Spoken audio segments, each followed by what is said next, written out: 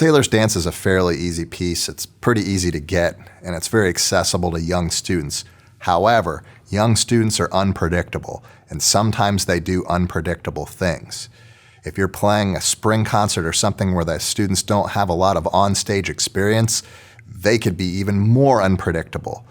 So my goal here is to make them have the technique so that they can be more predictable and you can get a better control on their timing as string players. There are some features in Sailor Song that can make it difficult or tricky for your students to stay together. Right here at measure 5, we have the first violins who are arco and everybody else switches to pizzicato.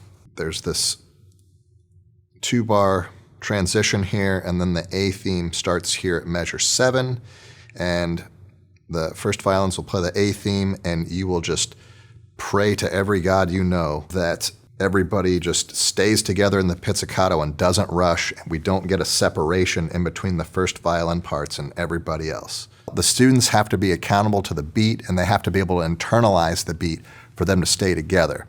So what does that look like? We have 2 different rhythmic patterns going on at the same time, and that makes it a little bit more challenging.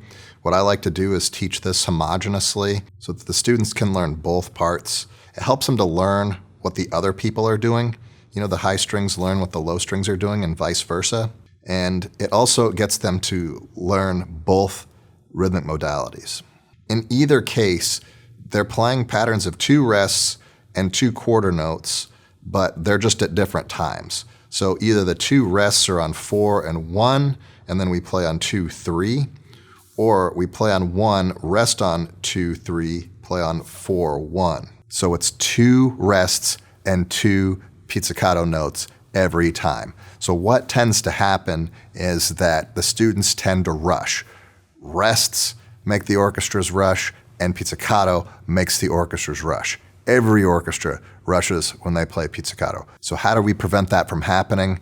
We have to prepare the next note.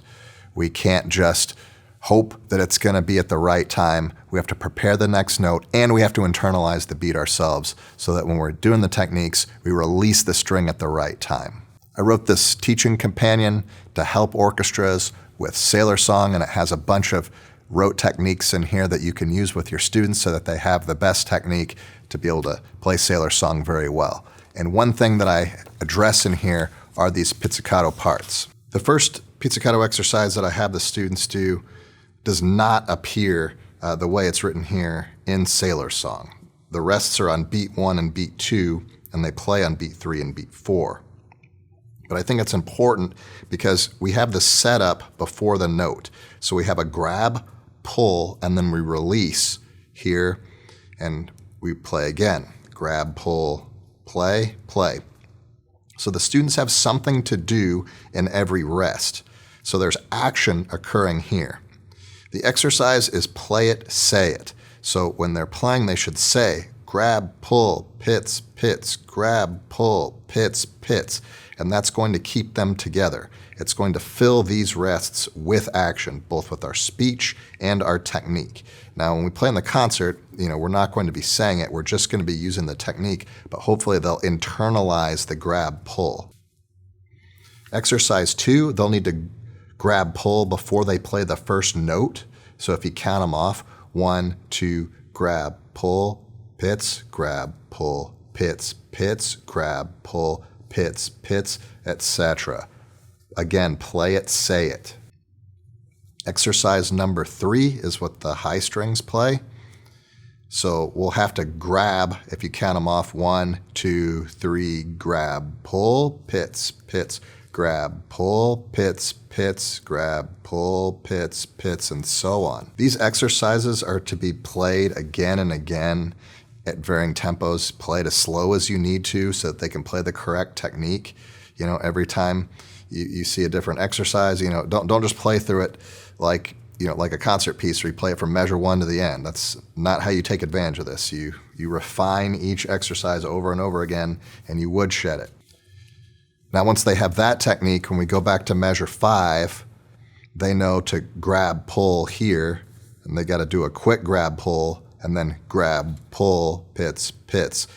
Okay, you can also have them play it, say it here, so that they're verbally counting to one another, and they should be staying together. A pizzicato note, a real pizzicato note, not just a pluck, has 3 steps. It has a grab, a pull, and a release off the string. If you want to improve the tone, make sure to angle the finger so that you get more flesh onto the string. So for both violins and violas, you point towards the bridge and get more of that fleshy part of your finger on the string so that you can get a better sound. Half notes can also rush. Okay, the low strings get the A theme at measure 15, but the upper strings have these half notes. And if they don't have good technique for the half notes, they're gonna rush. So why do they rush? More than likely because they run out of bow.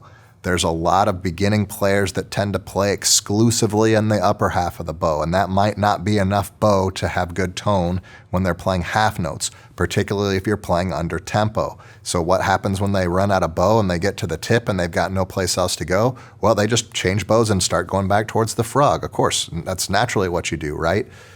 When you're watching your students play, look at their bows and see who is changing bows early, because that's the student that's kind of leading everybody else to rush, and then watch how much bow they use on their up bow and where they make it to before they do another down bow.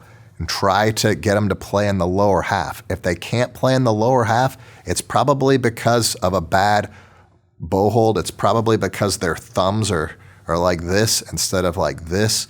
So fix that thumb and it'll get more flexibility in the wrist so they'll be able to get to play in the lower half. It's another thing that I have here in the teaching companion is I have them play half notes from the lower part of the bow to the upper half of the bow, back and forth, and I have them do it on open strings so that everybody has a chance to do it without any interference from the right hand. Then we address quarter notes and make sure that we can play quarter notes from the balance point.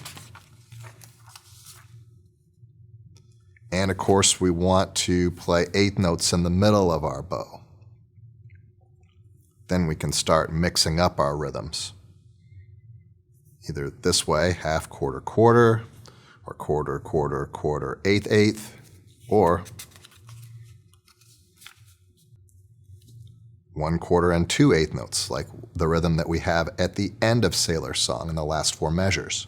There's some other places in Sailor's Song that students tend to rush, and it's in the quarter rests on beat 1. So like here in measure 28, the violas and low strings have a quarter rest on beat 1, and then they play down up on 2 and up bow on 3. Have it again here in 32, and again here in 34. So again, we get our students to internalize beat 1, but instead of the grab pull, we have them set the bow on the string and then grip the string with the bow hair. Now don't have them grip the bow with the right hand. We don't want tension in the right hand, but we do need to grab the string with the bow hair. And that's gonna take some rosin, so make sure your students rosin the bow. So here's my public service announcement for rosin. Rosin, it's not just for the flux core of all your soldering needs. You can put it on your bow and it sounds great. Eighth notes can rush too if you're in the wrong part of the bow. If students are trying to play eighth notes in the upper half of the bow, particularly for violins and violas, or if the low strings are playing eighth notes in the lower half of the bow, it can cause your students to rush and or drag depending upon which half of the bow they're in. Upper half of the bow tends to rush, lower half of the bow tends to drag. So make sure that they're playing the eighth notes towards the middle every time they have the melody. You know, the A theme melody has 2 eighth notes on beat 4 at times, and they can really start to come apart at the seams if they're not playing in the same part of the bow. Another rehearsal tip to prevent rushing is to slow the tempo down. You know, okay, you want to rush? Great. Take the metronome and crank it down 30 beats per minute. All right, now let's play. And have them do it several times at that tempo. And then maybe vary the tempo, but never quite take it back up to concert tempo. You know, keep it in the lower beat per minute range. And then when you start playing again, it's going to be more predictable because they're used to playing slower. If your students go on to autopilot and they're not paying attention to anything, they're going to rush. All right, so another thing to help prevent rushing is to catch rushing early. The minute that they start to rush, you shut everything down and you address the technique or the failure in technique, and you address the beat. Don't let them keep practicing how to rush or else in the concert they're likely to rush because that's what they've been doing in class every day. Another interesting thing that I didn't expect until I started teaching phrasing is that phrasing is great to prevent your students from rushing and to help keep your students together. Why is that? It just adds another dimension to the time. Okay, we're all getting louder at the same time, we're all getting softer at the same time. It just adds another layer of accountability to the beat. And in the next video, I'm going to be talking about phrasing and form and how to get your orchestra to play musically when playing Sailor's Song.